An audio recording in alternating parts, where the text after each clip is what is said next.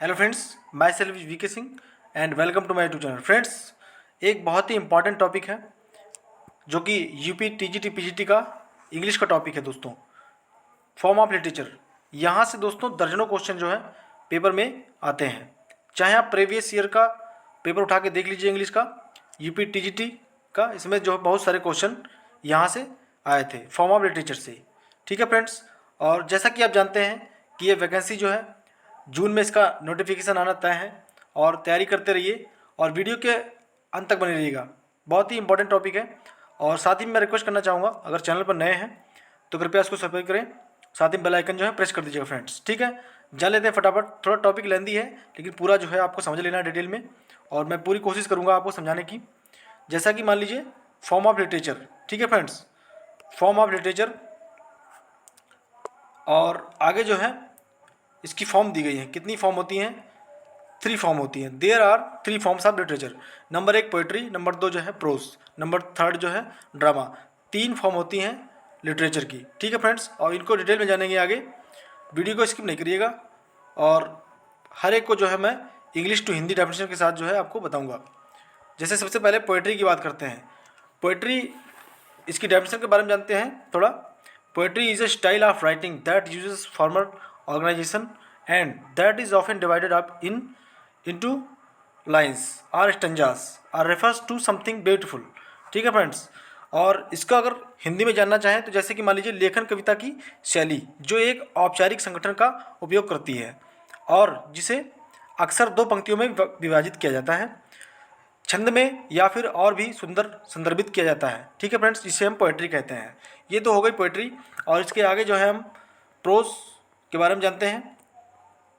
Pros बहुत ही important topic है दोस्तों, यहाँ से दर्जनों क्वेश्चन देखने को मिलते हैं। मैंने बताया जैसा कि चाहे आप प्रीवियस ईयर का पेपर उठा के देख लीजिए, लिटरेचर फॉर्म ऑफ लिटरेचर से जो है बहुत सारे क्वेश्चन देखने को मिलते हैं। सबसे पहले जानते हैं प्रोज वर्ड। यहाँ से भी क्वेश्चन बहुत सारे तैयार हो जाते हैं। It comes from the Latin प्रोजा ऑर्शियो। प्रोजा ऑर्शियो जो है इस वर्ड से मिलके जो निकला है प्रोज। ठीक है, इसकी मीनिंग होती है स्ट्रेट फॉरवर्ड, मतलब जो होता है इसका हिंदी मतलब होता है सीधे साधे आगे की ओर। ठीक है फ्रेंड्स, प्रोज का मतलब होता है प्रोजा ऑर्शियो का मतलब स्ट्रेट फॉरवर्ड। ठीक है, और इसके डेफिनेशन के बारे में जानते हैं। Prose is a verbal or written language that follows that natural flow of speech. It is most आगे जो है common form of writing used in both fiction and non fiction. ठीक है फ्रेंड्स, और इसको हिंदी में थोड़ा अगर जानते हैं, गद्य लेखन भाषा जो कि मौखिक रूप है जो भाषण के प्राकृतिक प्रवाह का अनुसरण करता है, या कथा और गैर कथा मतलब फिक्शन और जो है नॉन फिक्शन, कथा और गैर कथा दोनों में उपयोग किया जाने वाला लेखन का सबसे सामान्य रूप है। तो ये थी इसकी हिंदी डेफिनेशन, और इंग्लिश दोनों में मैंने इसलिए समझाना शुरू किया है कि मान लीजिए आपको जो इंग्लिश में समझ में पड़ेगी हिंदी में बहुत ज़रूरी है, क्योंकि जब क्वेश्चन जब भी आता है तो उसको अगर हिंदी में उसका जो है उच्चारण ना किया गया तो उसका आंसर नहीं निकल के आता है। इसीलिए मैंने जो है हिंदी टू इंग्लिश दोनों को उचित समझ के आपको समझाना शुरू किया है।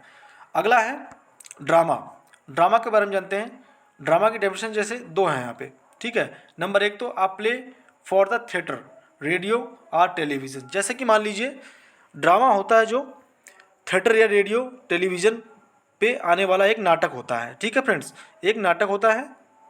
सरल भाषा में अगर कहें तो एक ऐसा नाटक जो कि किसी रंगमंच पर कथा या प्रदर्शन के रूप में प्रदर्शन किया जाता है या फिर स्टेज पर गाया जाता है। और इसमें क्या होते हैं फ्रेंड्स, इसमें करेक्टर्स भी पाए जाते हैं। ड्रामा में जो है करेक्टर्स भी पाए जाते हैं। तो ये तो हो गया आपका ड्रामा, और आगे इसकी फॉर्म भी होती हैं। There are 4 main forms of drama. इसकी 4 फॉर्म भी होती हैं। नंबर 1 तो कॉमेडी, और नंबर 2 जो है ट्रेजिडी, और नंबर 3 है ट्रेजिक कॉमेडी, नंबर 4 जो है मेलोड्रामा। ये सारे जो टॉपिक हैं अभी तो मैं आपको थोड़ा बता रहा हूँ, और सारे टॉपिक पे मैं एक एक वीडियो बनाऊँगा डिटेल में, जो है डे बाई डे अपलोड भी करूँगा। ठीक है, और इसके बारे में थोड़ा आगे पढ़ते हैं। पोइट्री। पोइट्री जो है अब थोड़ा समझ लेते हैं। जैसे कि मैंने 3 फॉर्म लिटरेचर की बताई थी। ठीक है, नंबर 1 तो पोइट्री, फिर प्रोज, ड्रामा। तो इस वीडियो में मैं पोइट्री समाप्त कर दूंगा, अगले वीडियो में जो प्रोज लेके आऊँगा, उसके अगले वीडियो में ड्रामा लेके आऊँगा। ठीक है, पोइट्री जो है 2 फॉर्म्स होती हैं इसकी। नंबर 1 तो नरेटिव पोइट्री जो कि टेल्स अबाउट स्टोरी, यानी कि स्टोरी के बारे में बताती है। एग्जाम्पल समझ लीजिए, एपिक और बैलेड जो होता है नैरेटिव पोएट्री में आते हैं। नॉन नैरेटिव पोएट्री में आते हैं, यानी कि टेल्स अबाउट फीलिंग, ये फीलिंग के बारे में बताती है, ठीक है। नॉन नैरेटिव जो पोएट्री होती है, पोएट्री की दो फॉर्म होती है, नंबर एक तो नैरेटिव पोएट्री और नंबर सेकंड जो है नॉन नैरेटिव पोएट्री, ठीक है। और नैरेटिव पोएट्री में एपिक आती है और बैलेड बैलेड आता है, ठीक है। और नॉन नैरेटिव में जो है लिरिक, सोनेट, ओड, इलजी, इनके बारे में डिटेल में बताऊंगा आगे वीडियो में, अंत तक वीडियो जरूर देखना है आपको। टेल्स अबाउट फीलिंग, जो कि नॉन नैरेटिव पोएट्री जो है ये फीलिंग के बारे में बताती है, ठीक है। आगे जैसा कि जानते हैं, एपिक, एपिक जो होता है एक यानी कि लॉन्ग नैरेटिव पोएम, यानी कि लंबी सी कथा टाइप की एक पोएम होती है। Ballad a story told in song, ठीक है। एक जो स्टोरी होती है वो गा के बताई जाए उसे हम बैलेड कहते हैं। लिरिक जो होती है शॉर्ट पोएम, एक छोटी सी कविता होती है, ठीक है फ्रेंड्स। आगे इसके साथ में देखते हैं, और जैसे नोट इसमें दिया गया है, क्या लिरिक के बारे में थोड़ा बताया गया है, ये समझना बहुत ज़रूरी है। The lyric comes from the Greek word lawyer, ठीक है। लॉयर से जो है ये जो है आपका लिरिक बना हुआ है। थोड़ा जूम आउट करता हूँ तब समझ में पड़ेगा आपको। देख लीजिए, the lyric comes from the Greek word lawyer, lawyer से जो है ये आपका लिरिक बना हुआ है।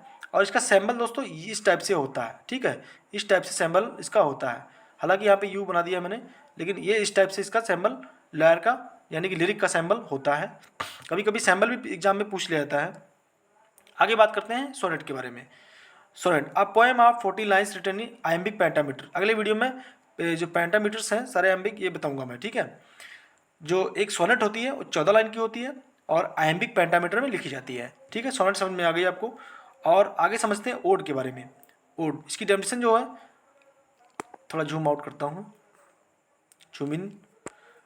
A poem that is written for special occasion or that speaks to particular person or a thing. जैसे कि मान लीजिए एक ओड जो है विशेष अवसर के लिए या विशेष व्यक्ति या वस्तु को लक्ष्य कर, किसी को लक्ष्य कर इंडिकेट करके लिखी जाती है, उसे हम ओड कहते हैं। और अगला एलिजी है। एलिजी तो आपके बारे में इसको पता ही होगा, इसके बारे में जो है ये ज़्यादातर सैडनेस शोक गीत होता है एक। जैसे कि इसकी डेफिनेशन है, a poem or a song that expresses sadness specially for somebody who has died. जैसे कि एक शोक कविता होती है, कोई मर जाता है या उस पर लिखी जाती है, एक शोक गीत होता है, दुख प्रकट होता है इससे, जिसे हम एलिजी कहते हैं।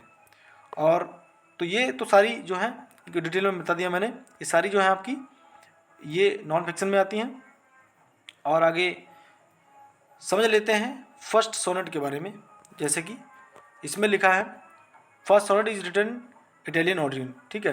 इटालियन ऑरिजिन में लिखी गई थी और 16th सेंचुरी में लिखी गई। बहुत एग्जाम में क्वेश्चन आते हैं, जैसे कि मान लीजिए फर्स्ट सोनेट कब लिखी गई और सेंचुरी उसमें दी होती हैं, तो आपको 16th सेंचुरी में जो है ऑप्शन टिक करना होता है। और जो इसको इंग्लिश में लाने वाले दो बहुत ही फेमस पोएट हैं, ब्रॉट इन इंग्लिश पोएट्री, जो इंग्लिश में लाने वाले दो हैं, नंबर एक तो सर थॉमस वाट हैं, थॉमस वाट। नेक्स्ट सेकंड जो है अगले हेनरी हावर्ड हैं, ठीक है। ये दो ऐसे पोएट हैं जिन्होंने इंग्लिश में सोनेट को लाया है, ठीक है फ्रेंड्स। आगे इसके साथ में बात करते हैं main two types of sonnet. Main two types of sonnet के बारे में जानते हैं। सोनेट जो होती हैं दो प्रकार की होती है। नंबर एक तो पेट्रार्चन सोनेट, इसे हम इटालियन सोनेट भी कहते हैं, और मिल्टॉनिक सोनेट भी इसे कह सकते हैं, ठीक है। और अगली सोनेट जो होती है शेक्सपियरियन सोनेट या फिर इंग्लिश सोनेट, ठीक है। शेक्सपियरियन सोनेट या फिर इंग्लिश सोनेट इसे कह सकते हैं। सोनेट जो है दो प्रकार की होती हैं। नंबर एक मैंने जैसे बताया पेट्रार्चन सोनेट, और या फिर इसे इटालियन सोनेट या मिल्टॉनिक सोनेट भी कह सकते हैं, ठीक है। सेकंड है शेक्सपियर ये सोनेट या फिर इंग्लिश सोनेट। तो ये थी कुछ जानकारी फॉर्म ऑफ इंग्लिश लिटरेचर की। अगले वीडियो में इससे भी अच्छा टॉपिक लेके आऊँगा। और अगर अभी तक चैनल सब्सक्राइब नहीं किया है तो आपने सब्सक्राइब करें, साथ ही बेल आइकन प्रेस कर दीजिएगा। साथ में तैयारी करते रहें। जैसा कि आप जानते हैं टीजीटी पीजीटी का जो है नोटिफिकेशन बहुत जल्दी ही आने वाला है, ठीक है फ्रेंड्स। Thanks for watching.